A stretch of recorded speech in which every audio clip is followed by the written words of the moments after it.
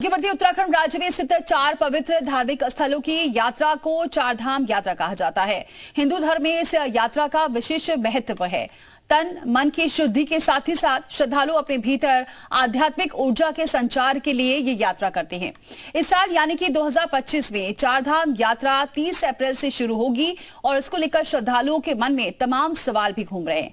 चारधाम यात्रा रजिस्ट्रेशन कब से शुरू होगी, कहां से कैसे कर सकते हैं चारधाम यात्रा के रजिस्ट्रेशन, इन सब सवालों का जवाब जानने के लिए देखिए हमारी एक खास रिपोर्ट।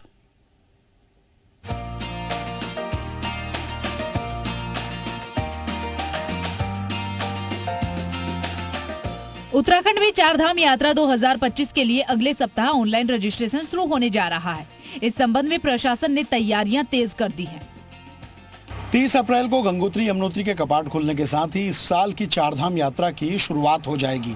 पिछले साल जिस तरीके से चारधाम यात्रा की शुरुआत के समय में काफी दिक्कतें रही, लोगों की भीड़ और ट्रैफिक व्यवस्था सबसे बड़ी चुनौती बनती रही, तो इसलिए इस बार पहले से ही चारधाम यात्रा की तैयारियों में प्रशासन जुट चुका है।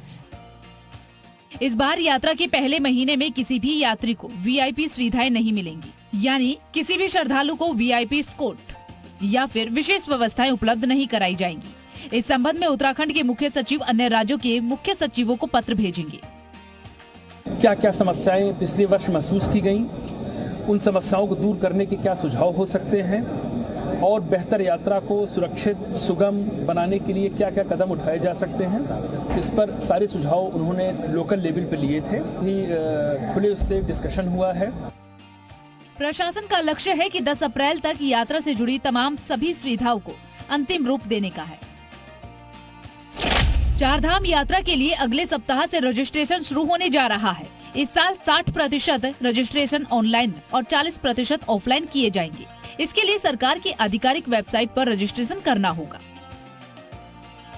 बद्रीनाथ धाम के कपाट 4 मई को खुलेंगे, जबकि अक्षय तृतीया पर गंगोत्री और यमुनोत्री धाम के कपाट खोले जाएंगे। महाशिवरात्रि पर 26 फरवरी को केदारनाथ धाम के कपाट खुलने की तारीख तय होगी।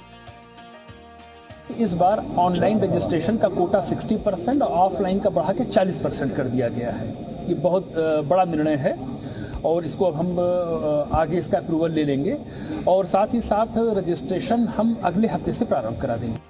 चारधाम यात्रा में शामिल होने वाले तीर्थ यात्रियों के लिए ऋषिकेश में 20, हरिद्वार ऋषिकुल में 20 और विकास नगर में 15 विशेष काउंटर बनाए जाएंगे।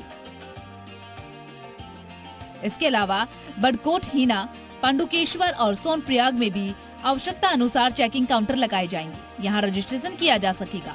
यात्रा मार्ग पर प्रशासन भीड़ प्रबंधन और यात्रा नियंत्रण के लिए कड़े कदम उठा रहा है। इस बार पूरे यात्रा मार्ग को 10-10 किलोमीटर के सेक्टर में बांटा गया है। हर 10 किलोमीटर पर चीता पुलिस की विशेष टीम वॉकी टॉकी के साथ गश्त करेगी। यदि किसी स्थान पर कोई समस्या होती है तो ये टीम तुरंत सूचना देकर समाधान करेगी। सबसे महत्वपूर्ण बात कि यात्रा के पहले महीने में किसी भी यात्री को वीआईपी सुविधाएं नहीं दी जाएगी। ये फैसला यात्रा को पारदर्शी और सुगम बनाने के लिए लिया गया है।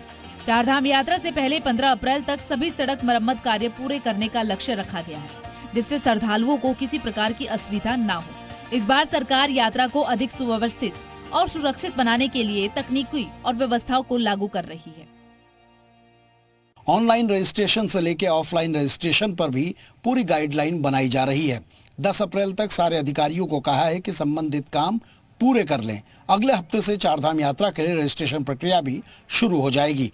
कैमरा पर्सन संदीप बड़ला के साथ सुरेंद्र डसीला, जी मीडिया, देहरादून।